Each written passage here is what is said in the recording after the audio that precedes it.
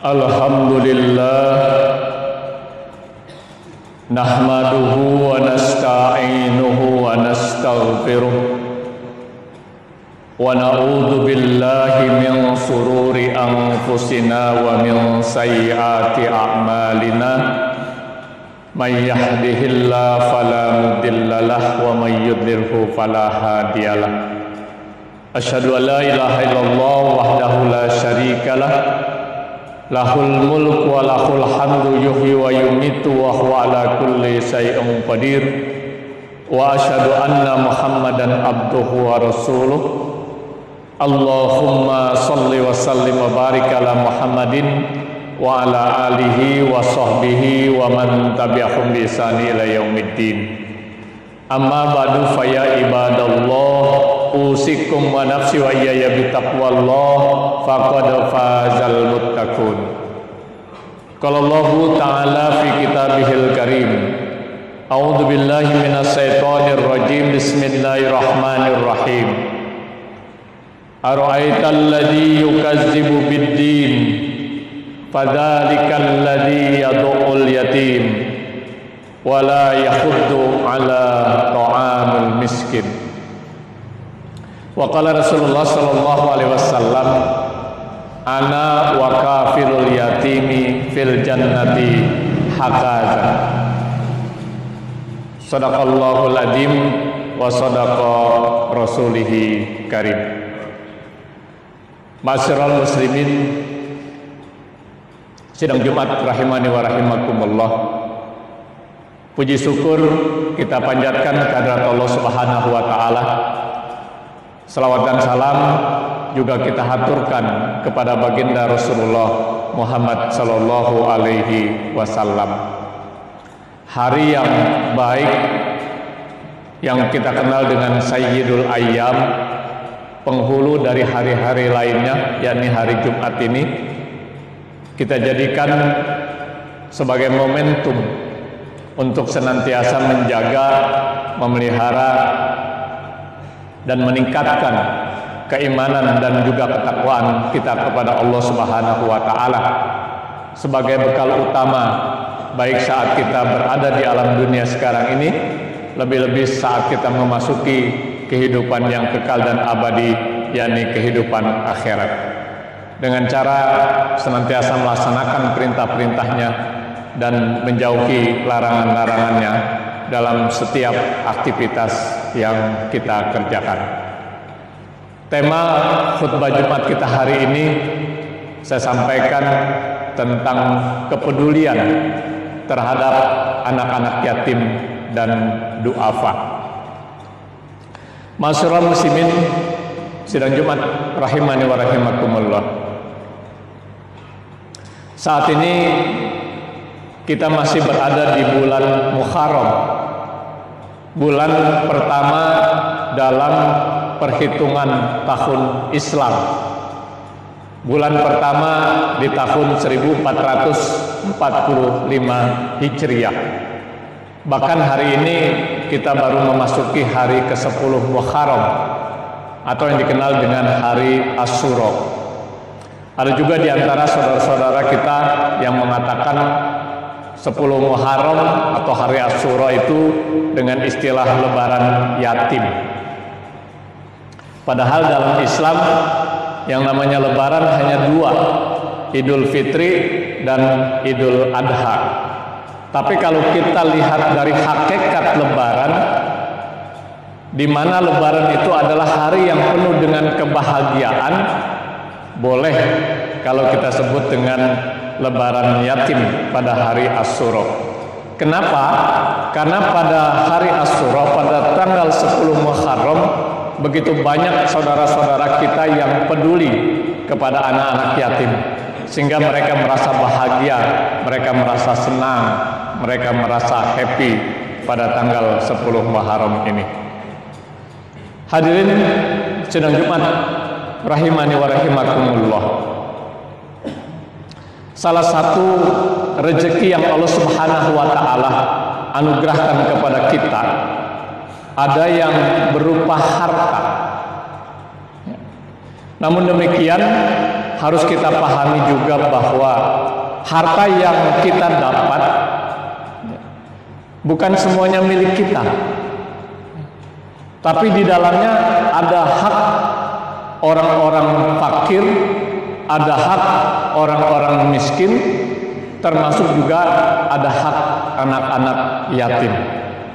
Di dalam Quran surat Az-Zariyat ayat 19, Allah Subhanahu wa taala berfirman, A'udzubillahi minasyaitonir rajim, bismillahirrahmanirrahim, wa fi amwalihim haqqu lis-sa'ili wal mahrum.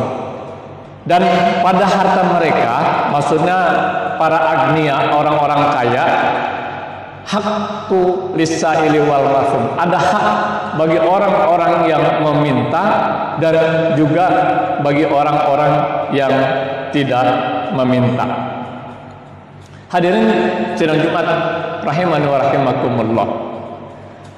Para ulama, para asatiz, para ustadz juga sering mengingatkan kepada kita berkaitan dengan harta, bahwasanya harta yang ada pada diri kita itu hakikatnya ada 3. Yang pertama adalah harta yang kita makan, itu akan habis. Kita belikan sembako kemudian kita makan, itu akan habis, bahkan akan menjadi kotoran.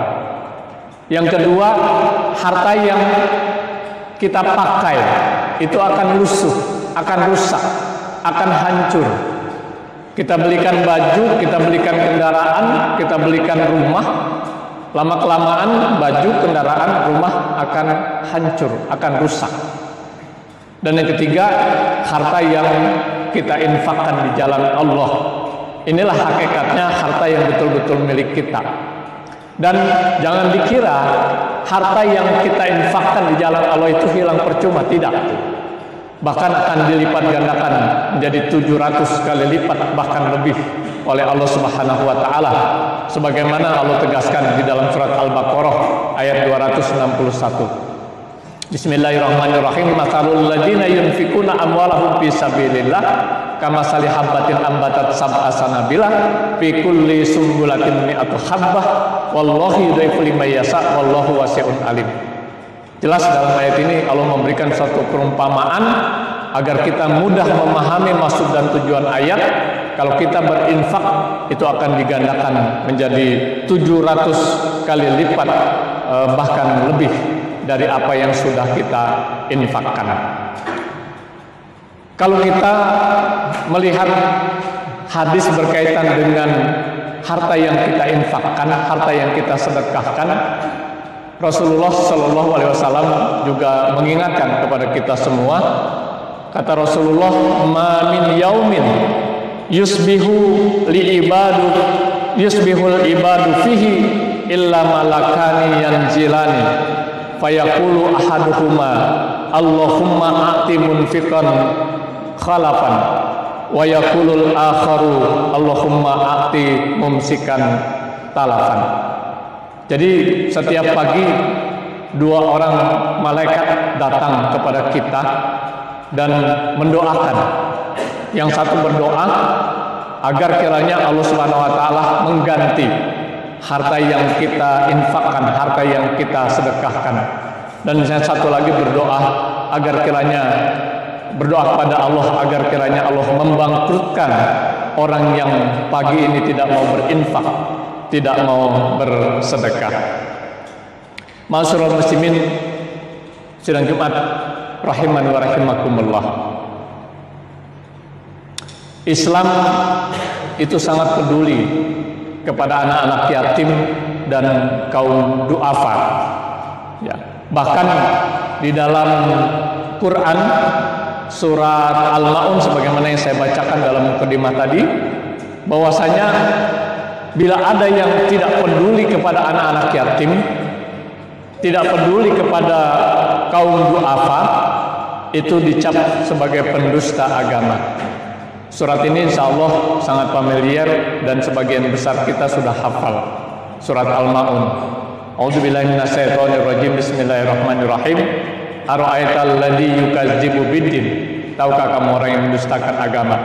Padzalikal ladzi yad'ul yatim, yaitu orang yang menghardik anak-anak yatim. wala yahudu ala ta'amil miskin, dan tidak mau menganjurkan memberi makan kepada orang-orang miskin. Hadirin sidang Jumat rahimani wa rahimakumullah. Dalam pandangan Islam, anak yatim itu mempunyai kedudukan secara khusus dan sangat dimuliakan. Kedudukannya sebagai anak yatim dalam ajaran Islam. Salah satunya diungkapkan oleh Allah Subhanahu wa taala dalam surat Al-Baqarah ayat 220. A'udzubillahi minasyaitonir rajim. Bismillahirrahmanirrahim. Wa yasalunaka 'anil yatama. Mereka bertanya kepadamu Muhammad tentang anak-anak yatim. Wa yasalunaka 'anil yatama. Qul islahul lahum khair. Katakanlah, ya, berbuat baik kepada mereka adalah hal yang sangat baik. Ila akhir ayat. Sadaqallahul azim. Maha benar Allah dengan segala firman-Nya. Bahkan dalam satu hadis Rasulullah secara spesifik memberikan suatu janji kepada orang yang mengurus anak-anak yatim. Kata Rasulullah, ana wa kafilul yatimi fil jannati hakaza, kata Rasulullah.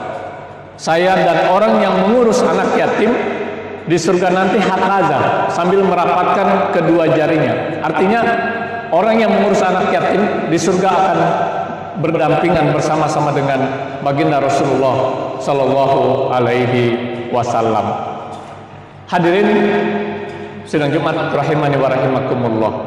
Timbul pertanyaan dalam diri kita, bagaimana bentuk kepedulian kita kepada anak-anak yatim? Setidaknya ada 3 hal sebagai bentuk kepedulian kita terhadap anak-anak yatim. Yang pertama dan paling utama adalah menjadi orang tua asuh dari anak yatim itu sendiri. Ya, menjadi orang tua asuh ini, anak yatim itu tetap tinggal bersama keluarganya, bersama ibunya kalau ibunya masih ada, bersama bibinya kalau bibinya masih ada, bersama keluarga besarnya kalau keluarga besarnya masih ada. Namun kebutuhannya, kebutuhan fisik, kebutuhan psikis, kebutuhan finansial itu dipenuhi oleh orang tua asuhnya, termasuk juga kebutuhan pendidikan. Ini yang terbaik.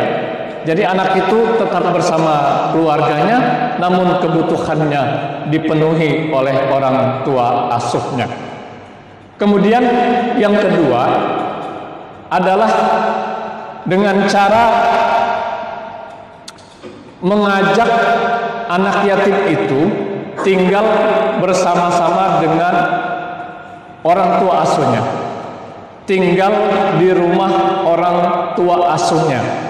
Tentu saja bentuk yang kedua ini ketika keluarga anak yatim itu sudah tidak peduli, ketika anak yatim itu sudah tidak ada keluarganya, sudah tidak ada yang memperhatikan, tinggal sebatang kara, maka alternatif yang kedua adalah mengajak anak itu tinggal di rumah orang tua asuhnya.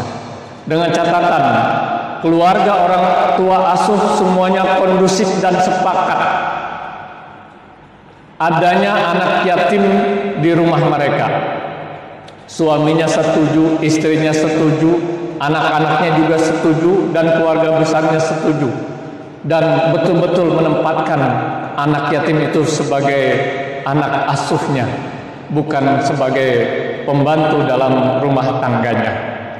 Hadirin sidang Jumat rahimani wa rahimakumullah. Yang ketiga, yang terakhir, ini adalah alternatif yang ketiga, yang terakhir, kepedulian kita kepada anak-anak yatim.